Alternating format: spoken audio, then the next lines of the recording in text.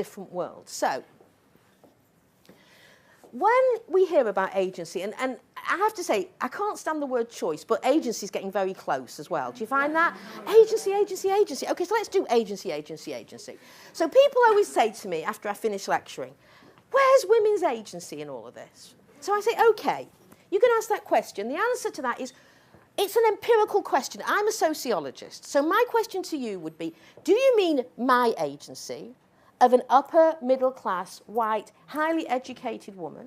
Or do you mean the agency of the women who are going to come in and clean the floors when you're done and gone home? Because you better be very certain which agency you're calling about. Me, I have so much fucking agency, I don't know what to do with it, okay? It's seeping everywhere.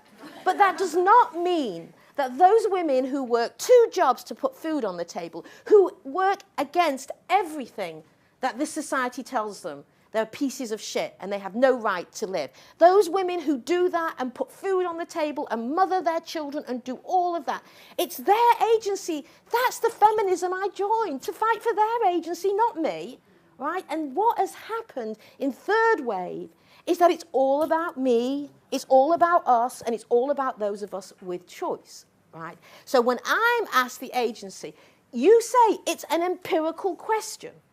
We can actually track agency. We can look at the socio-economic realities of that individual woman, and then we can decide what kind of agency that woman has. Okay, so let's look at agency. Women perform 66% of the world's work. They produce 50% but earn 10% of the income and own 1% of the property. Right? That's the reality of the world for women.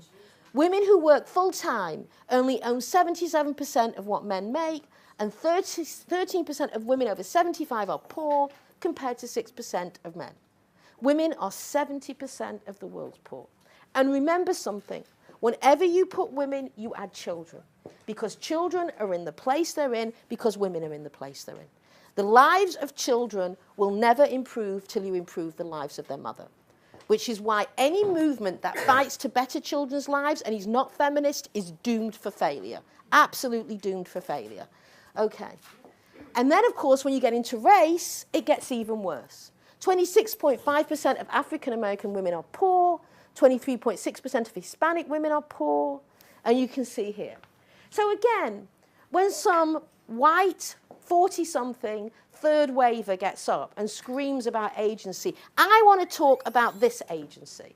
This is where our feminism should be. And this is what we've lost in the third wave. So let's talk about how it plays out on the ground.